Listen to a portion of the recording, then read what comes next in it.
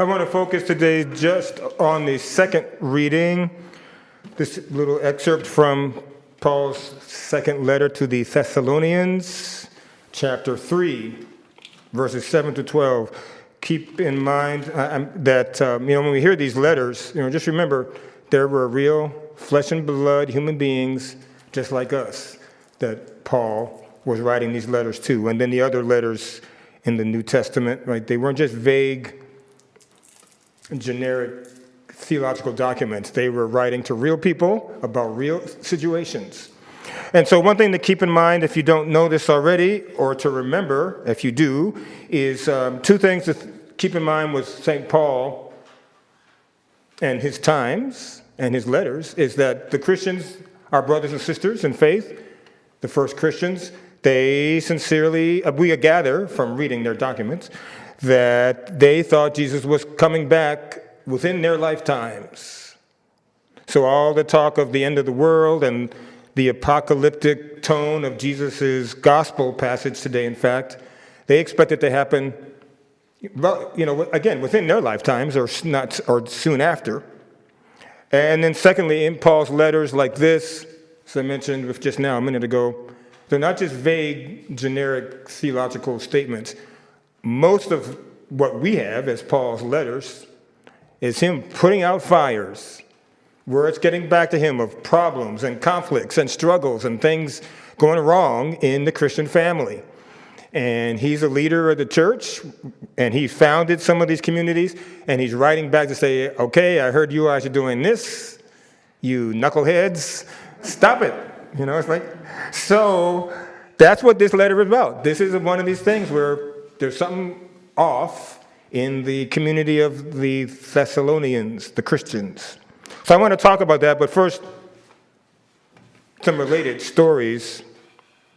One is a person who worked, as I recall correctly, it was a Catholic healthcare institution. It might have been assisted living, or what we used to call nursing homes, right? But I'm pretty sure it was Catholic. And this person had wanted to go into religious life, to be, and I'm not going to say the gender just to keep it generic, but to be either a religious brother or a religious sister. But things had not worked out for this person.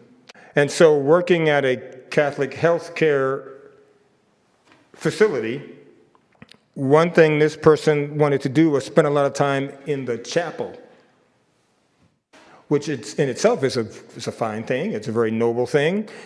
But one can say this person had a struggle with over-spiritualizing the devotion, because there was a tendency and a temptation to neglect the shifts that the person was supposed to be when they're supposed to be doing their work and caring for the patients in this facility.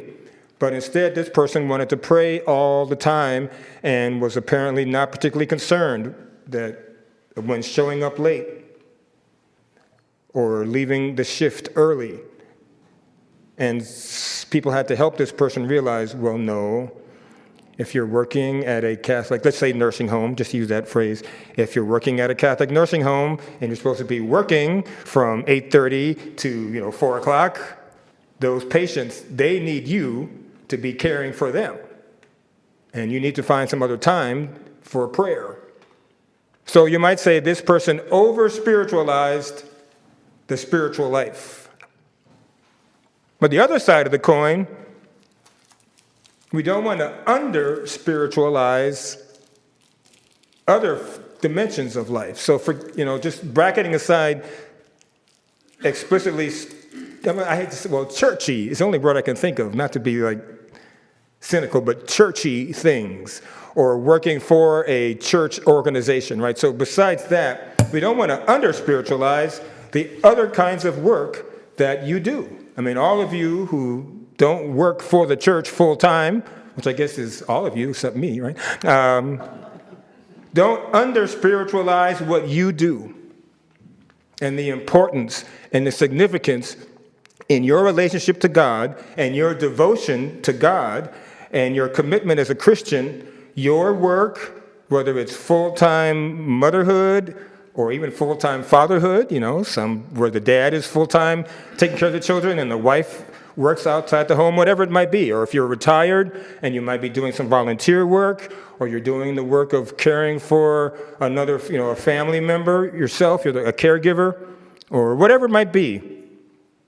Doctor, lawyer, Indian chief, as they say, plumber, teacher, whatever it is that you do, engineer, nurse, don't under-spiritualize that dimension of your life. If you are devoted to God, if you call yourself a Christian, everything comes under that umbrella of that name, following Jesus, living as a son or daughter of God the Father, asking the Holy Spirit to lead and guide you. One way to look at that opening prayer, the constant and full happiness of devotion to God, and serving God with constancy would say you serve God if you're a Christian and you are a cashier at Fred Meyer. You serve God as in that work as a cashier by the way you treat people, and certainly obviously being honest and doing your work excellently. And how that ties into this segment from Paul's letter to the Thessalonians is this. This is from what I have learned. It's not my own primary research. I'm going to be honest about this, but what I've learned, and particularly preparation for preaching this weekend, is that with this idea that Jesus is coming back soon, some of the Christians in Thessalonica, or in the region that covered it, they were thinking, well, if Jesus is coming back soon, why should I bother working hard? I should just pray and read, they still only had their Hebrew scriptures, right? But I should just read scripture and pray. And let's say, in a cooperative village setting, which is very common in the Middle East, and still is, one family might raise the cattle. And, they might have cows to milk the cows and cattle to feed the rest of and somebody else might grow the wheat and then make the bread for the village, and someone else might grow the produce. And they had this cooperative economy.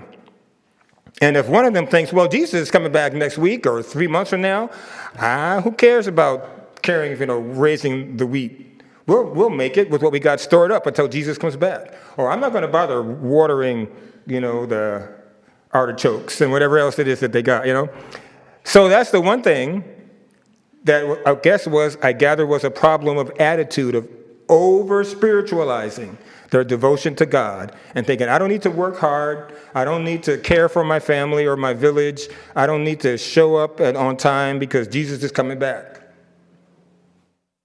And yet, let's say it's the person who grows the produce is neglecting the produce. But that person and let's say his family, they still need, protein. So they might say, you know what?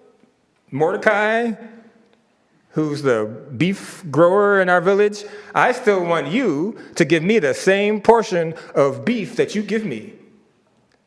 I'm sorry I can't give you the lettuce and the whatever else because Jesus is coming back, but in the meantime, I'm hungry. You give me that food that you have always given me. That may be part of what Paul is saying about this idea of people trying to get free food.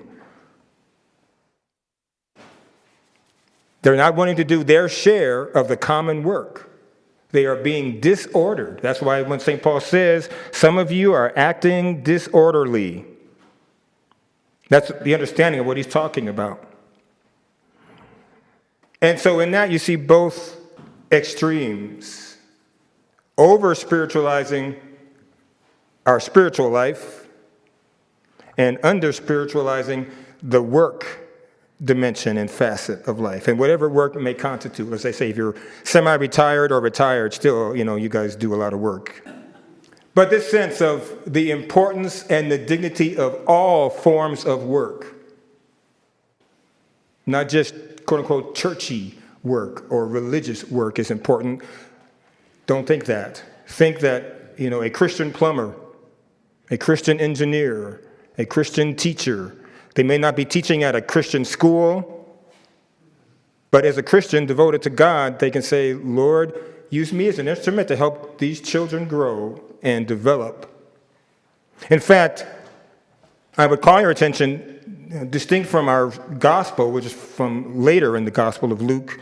Early in Luke's gospel, Luke chapter 2, verse 52. Try to memorize that because it's easy to sound. Luke 2:52 gives a summary of everything from when Mary and Joseph found Jesus in the temple.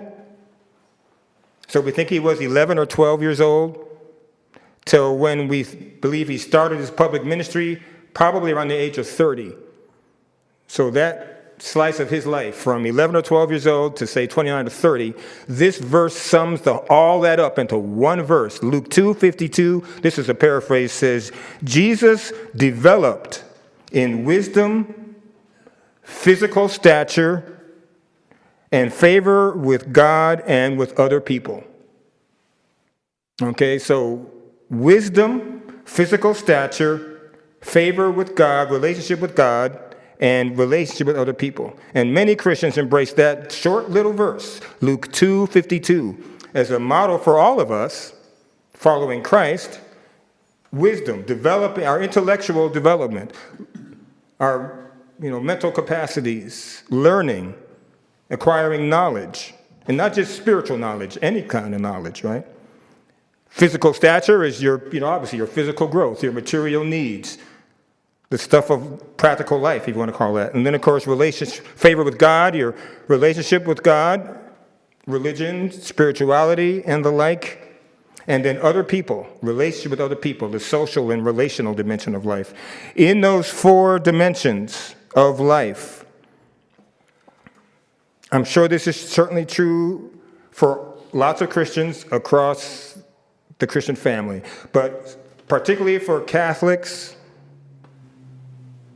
the Catholic view of the human person is that second dimension, the physical, the material, having to do with work and health and environment. God is concerned about all those things. That is one of the purposes behind the annual collection, the Catholic Campaign for Human Development, which is what our second collection is for today. It's to uphold people in things like community development grants and economic development grants and technical assistance to help people have a decent standard of living, to address the needs of the poor, to support responsible and sustainable local businesses. It's a good example of the human development that we as Catholics want to foster, the well-being of others in the world. So that we don't over-spiritualize the spiritual dimension of life and don't under-spiritualize, say, the work dimension of life.